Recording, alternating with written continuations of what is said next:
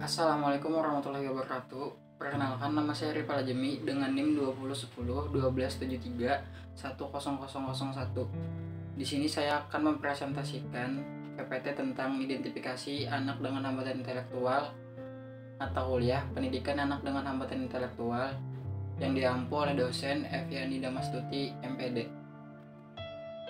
Definisi anak dengan hambatan intelektual. Istilah tunagrahita atau anak dengan hambatan intelektual dahulu dalam bahasa Indonesia disebut dengan istilah bodoh, tolol, dungu, bebal, cacat mental, tuna mental, terlambat mental, dan sejak dikeluarkan peraturan pemerintah tentang pendidikan luar biasa nomor 72 tahun 1991 digunakan istilah tunagrahita.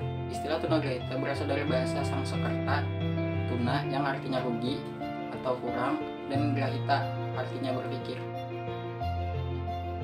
Klasifikasi anak dengan hambatan intelektual. Harvard 1997 menggunakan skala WISC, Wechsler Intelligence Scale for Children, yang dimana ada 3 tingkatan dalam skala ini. Yang pertama mild, ringan 55 sampai 70 IQ, moderate, sedang 40 sampai 55 IQ, severe broken, berat dan sangat berat, yang IQ-nya berada di bawah 40.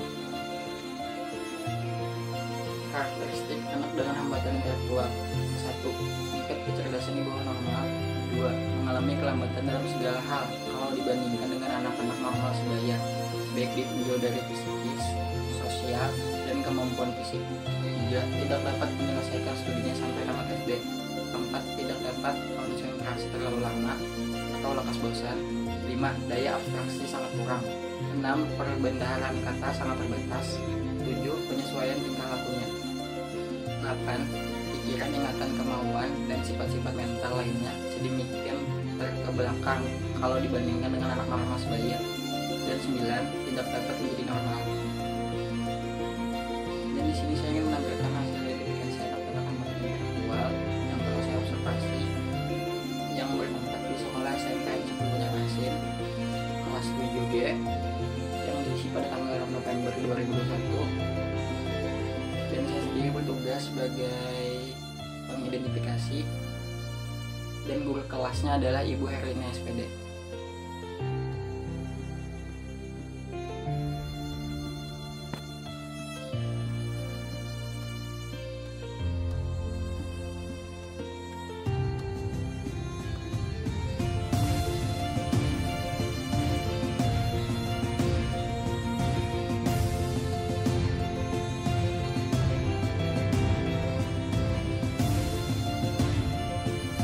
Melihat data hasil identifikasi anak, selanjutnya saya ingin menjelaskan informasi perkembangan anak.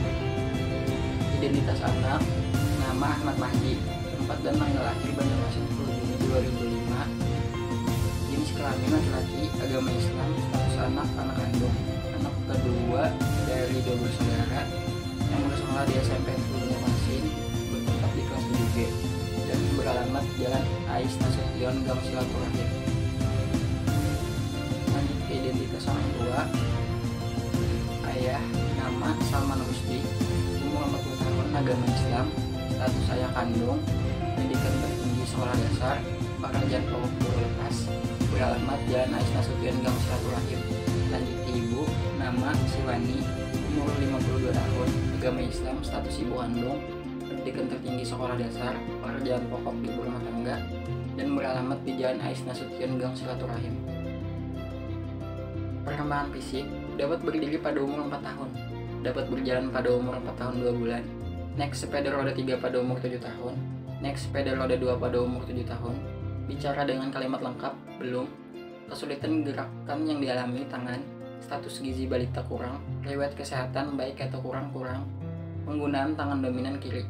Pada masa perkembangan bahasa: meraba, berceloteh pada umur 3 tahun, mengucapkan satu suku kata yang bermakna kalimat, misalkan Pak berarti Bapak pada umur 3 tahun, berbicara dengan satu kata bermakna pada umur tidak diketahui, berbicara dengan kalimat lengkap sederhana pada umur tidak diketahui. Riwayat kelahiran: perkembangan masa kehamilan tidak diketahui, penyakit pada masa kehamilan tidak diketahui, usia kandungan 9 bulan, riwayat proses kelahiran vakum, tempat kelahiran rumah sakit Islam, penolong proses kelahiran dokter, gangguan pada saat bayi lahir tidak diketahui, berat bayi 3,1 kg, panjang bayi 51 cm. Tanda-tanda kelainan pada bayi tidak diketahui. Pada masa perkembangan balita, menyusui ibunya hingga umur 22 bulan, menyusu kaleng hingga umur sampai sekarang, imunisasi lengkap atau tidak, pemeriksaan penimbangan rutin atau tidak, kualitas makanan tidak diketahui, kesulitan makan, iya atau tidak.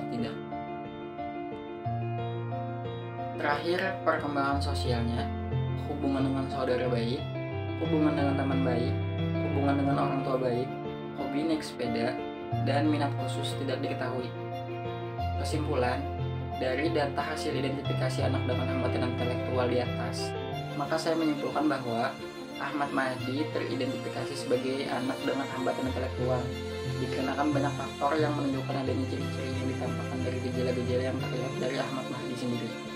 Dan saran saya selaku penulis dan juga petugas yang mengidentifikasi Ahmad Mahdi, sebaiknya segera dilakukan tindakan lanjutan seperti asesmen agar dapat bisa diketahui dengan pasti hambatan yang dialami olehnya dan diberikan layanan intervensi yang sesuai untuk menangani hambatannya tersebut.